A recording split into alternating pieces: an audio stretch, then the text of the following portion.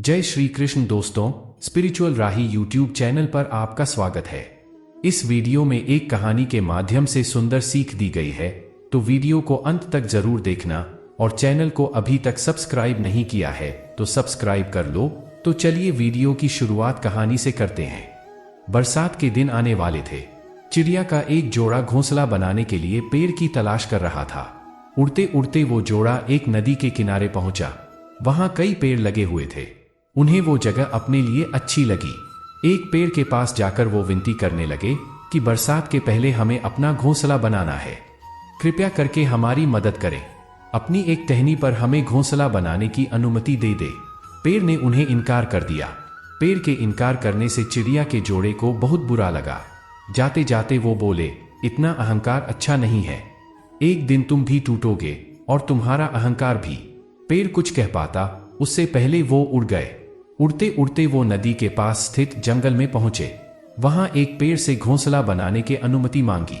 पेड़ तुरंत तैयार हो गया। चिड़िया का जोड़ा उस पेड़ पर घोंसला बनाकर खुशी खुशी रहने लगा। बरसात का मौसम आ गया, लेकिन अब वो दोनों अपने घोंसले में सुरक्षित थे। एक दिन आंधी तूफान के साथ घनघोर बरसात हुई और वो पेड़ टूटकर गिर गया, जिसने चिड़िया के जोड़े को अपनी शाखाओं पर घोंसला बनाने की अनुमति नहीं दी थी। तूफान थम गया और बरसात बंद हुई। चिड़िया का जोड़ा नदी के पास पहुंचा। वहां उन्होंने उस पेड़ को नदी की तेज धार में बहते देखा। वो दोनों बहुत खुश हुए और पेड़ से बोले, हमने कहा था ना कि एक दिन तुम भी टूटोगे और तुम्हारा अहंकार भी। आज वो दिन आ गया। ये तुम्हारे कर्मों का फल है। पेड़ ने कहा, तुमने मुझे गलत समझा था। मैं पहले से जानता था कि मैं टूट जाऊंगा। मेरी जड़ें मिट्टी का साथ छोड़ रही थी, शाखाएं कमजोर हो गई थी, इसलिए मैंने उस दिन तुम्हें इनकार कर दिया था। तुम मेरी शाखा पर घोंसला बनाते तो आज जीवित ना रहते, लेकिन तुम्हें मेरा इनकार बुरा लगा, उसके लिए मैं क्षमा चाहता हूं। पेड़ की बात सुनकर चिड़िया के जोड़े को अपनी सोच पर बहुत दुख हुआ। इस कहानी से हमें ये सीख मिलती है कि कई बार हमें जीवन में इनकार का सामना करना पड़ता है। जाहिर है, इनकार सुनना किसी को पसंद नहीं। इनकार से हमारी भावनाओं को ठेस पहुंचती है और उस समय हम सिर्फ अपनी भावनाओं के बारे में सोचते हैं। हम खुले मन से ये विचार नहीं करते कि इनकार करने वाले की कोई मजबूरी रही होगी या उसने हमारे भले के लिए इनकार किया होगा। हम उसे भला बुरा कहते हैं, दूसरों के सामने उसकी बुराई करते हैं। क्या एक ना भी हम सकारात्मक तरीके से नहीं ले सकते? अब से जब भी कोई ना कहे तो उसे दिल से ना लगाए, उसका बुरा ना माने। हो सकता है किसी की एक ना आपको बड़ी मुसीबत से बचा रही हो। अक्सर आपके बड़े बूढ़ों ने आपसे कहा होगा कि ये संसार दुखों का मूल है और ईश्वर भक्ति उस दोष से दूर जाने का मार्ग है। किंतु सोचिए, यदि ये संसार दुखों का सागर होता तो क्या नियति आपको यहाँ जन्म लेने देती? क्या ईश्वर यहाँ पर अवतार लेते? जब समस्याओं पर हमारा बस नहीं चलता तो हम आरोप लगाते हैं इस संसार पर, वहां के लोगों पर।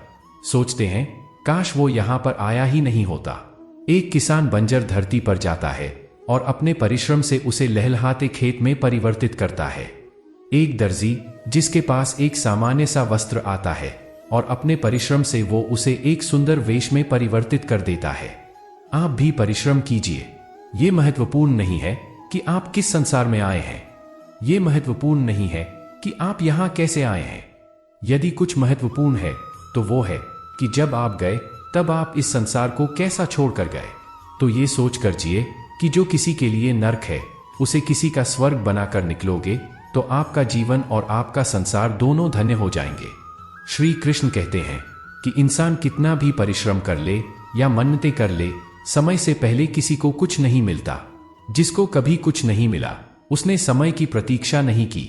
जीवन में जितना संघर्ष करोगे, सफलता की कीमत उतनी ही अधिक होगी, क्योंकि हीरे को तराशने में कई जख्मों से गुजरना पड़ता है। इस दुनिया में जो लोग भी सफल हुए हैं उन्हें कोई वरदान नहीं था, ना ही उनका कोई विशेष जन्म था।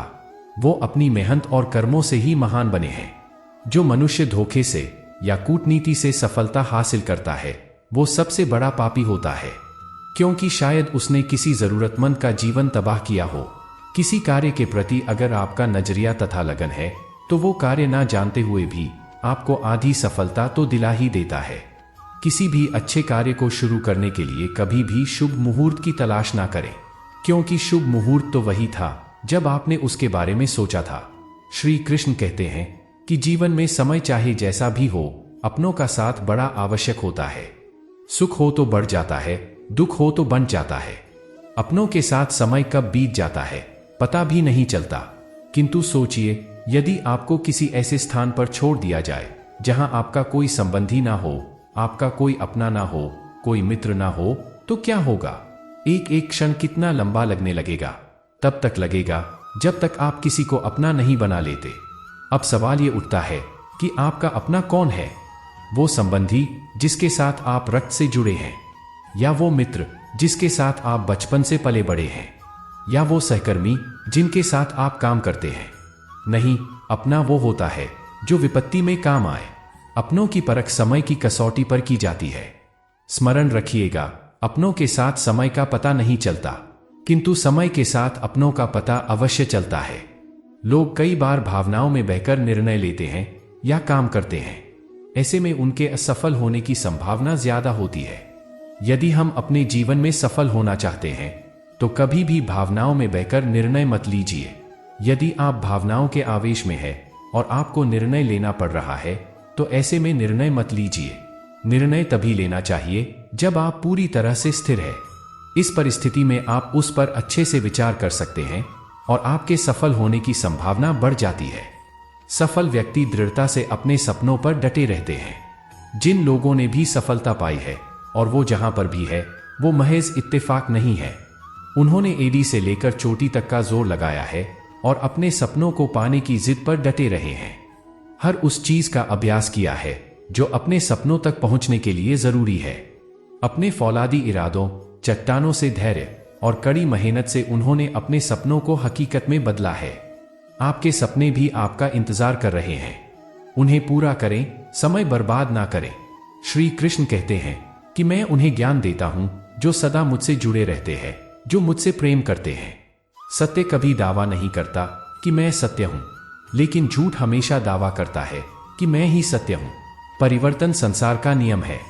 समय के साथ संसार में हर चीज परिवर्तन के नियम का पालन करती है। हालांकि मैं भूत, भविष्य और वर्तमान काल के तीनों जीवों को जानता हूं, लेकिन मुझे वास्तव में कोई नहीं जानता। मनुष्य जिस रूप में ईश्वर को याद करता है, ईश्वर भी उसे उसी रूप में दर्शन देते हैं। सज्जन व्यक्तियों को सदैव अच्छा व्यवहार करना चाहिए, क्योंकि इन्हीं के पद चिन्ह पर सामान्य व्यक्ति अपने रास्ते चुनता है। दोस्तों, हम आशा करते हैं कि इस वीडियो से आपने कुछ सीखा होगा। अगर आपको वीडियो पसंद आई हो तो वीडियो को लाइक करें, चैनल पर नए हो तो चैनल को सब्सक्राइब करें और बेल आइकन को प्रेस करना ना भूलें। तो मिलते हैं एक ऐसी नई वीडियो के साथ, तब तक अपना ख्याल रखें। जय श्री कृष्ण।